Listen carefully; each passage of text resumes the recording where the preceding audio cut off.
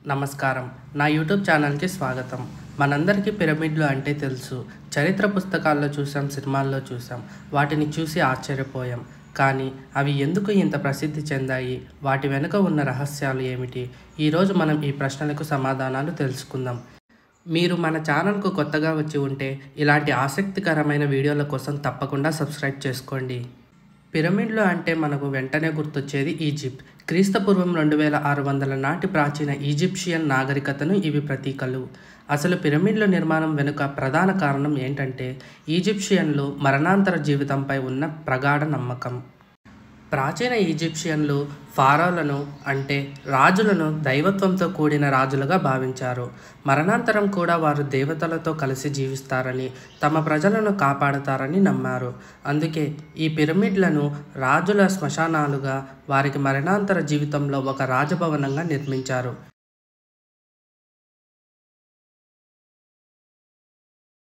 ఇప్పుడు వీటి నిర్మాణం గురించి మాట్లాడుకుందాం. ఇవి కేవలం రాళ్ళగుట్టలు కాదు, అద్భుతమైన ఇంజనీరింగ్ అద్భుతాలు. గ్రేట్ పిరమిడ్ ఆఫ్ గిజా 146 మీటర్ల ఎత్తులో దాదాపు 3800 సంవత్సరాలు ప్రపంచంలోనే అత్యంత ఎత్తైన మానవ నిర్మిత కట్టడంగా నిలిచింది. సున్నపు రాయి, గ్రానైట్తో నిర్మించిన ఈ కట్టడాలకు 2.3 మిలియన్లకు పైగా రాళ్లను ఉపయోగించారు. ఒక్కో రాయి 2.5 టన్నుల నుంచి 80 టన్నుల వరకు బరువు ఉంటుంది. అసలు ఇంత బరువైన రాళ్లను ఎలా తరలించారు, ఎలా పైకి చేర్చారు? ఇది ఇప్పటికీ ఒక రహస్యమే. ఈ పిరమిడ్ల కట్టడాలపై అనేక సిద్ధాంతాలున్నాయి. అందులో మొదటి సిద్ధాంతం ర్యాంపు సిద్ధాంతం. బయట నుంచి ర్యాంపులు నిర్మించి రాళ్లను పైకి లాగారని కొందరు నమ్ముతారు. కానీ దీనికి అవసరమైన చెక్క ర్యాంపులు పరిణామంపై ప్రశ్నలున్నాయి. రెండవ సిద్ధాంతం వాటర్ పవర్ థియరీ. గిజా పీఠభూమిలో భూగర్భ జలాలను ఉపయోగించి రాళ్లను కదిలించారని కొందరు ఇంజనీర్లు వాదిస్తున్నారు. మూడవ సిద్ధాంతం సున్నపు రాయి కాంక్రీట్ సిద్ధాంతం. జోసెఫ్ డేవిడోవిట్స్ అనే శాస్త్రవేత్త ప్రకారం ఈ రాళ్లను సహజంగా చెక్కినవి కాదని, సున్నపు రాయి, బంకమట్టి, నీటి మిశ్రమంతో అప్పట్లో ఒక రకమైన కాంక్రీట్ను అక్కడే పోతపోశారని చెబుతారు. దీనికి కొన్ని శాస్త్రీయ ఆధారాలు కూడా ఉన్నాయని డ్రెక్సెల్ విశ్వవిద్యాలయ పరిశోధకులు గుర్తించారు. ఇటీవల పురావస్తు పరిశోధనలు ఈ రహస్యాలను మరింత ఆసక్తికరంగా మార్చాయి. శాస్త్రవేత్తలు ప్రాచీన నైలు నది యొక్క ఒక శాఖను కనుగొన్నారు. దీనికి అహ్రమత్ అని పేరు పెట్టారు. అరబిక్లో పిరమిడ్లు అని అర్థం. ఈ నది శాఖ పిరమిడ్లకు చాలా దగ్గరగా ప్రవహించిందని, భారీ రాళ్లను రవాణా చేయడానికి దీనిని ఉపయోగించి ఉండవచ్చని పరిశోధకులు భావిస్తున్నారు.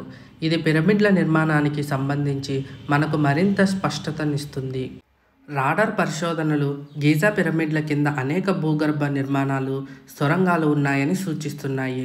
ఇది పిరమిడ్ల కాంప్లెక్స్లో మనకు తెలిసిన దానికంటే చాలా పెద్దవని, వాటిలో ఇంకెన్ని రహస్యాలు దాగి ఉన్నాయో అని ఆశ్చర్యపరుస్తుంది. గిజా పిరమిడ్లను చూడటానికి ప్రపంచం నలుమూలల నుంచి పర్యాటకులు వస్తుంటారు.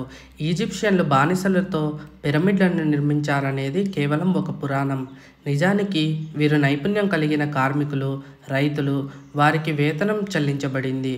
నైలు నది పొంగి పొలాల్లో పని లేనప్పుడు వీరు పిరమిడ్ నిర్మాణంలో పాలుపంచుకునేవారు. పిరమిడ్లు కేవలం రాతి కట్టడాలు మాత్రమే కాదు, అవి మానవ జాతి యొక్క అద్భుతమైన కృషికి, మేధస్సుకి, మరణాంతర జీవితం పట్ల ఉన్న నమ్మకానికి నిదర్శనం. అవి ఇప్పటికీ ఎన్నో రహస్యాలను తమలో దాచుకొని మనల్ని ఆశ్చర్యపరుస్తూనే ఉన్నాయి. అందుకే పిరమిడ్లు ప్రపంచంలోనే అత్యంత ప్రసిద్ధి చెందిన ఆకర్షణీయమైన కట్టడాలుగా నిలిచాయి.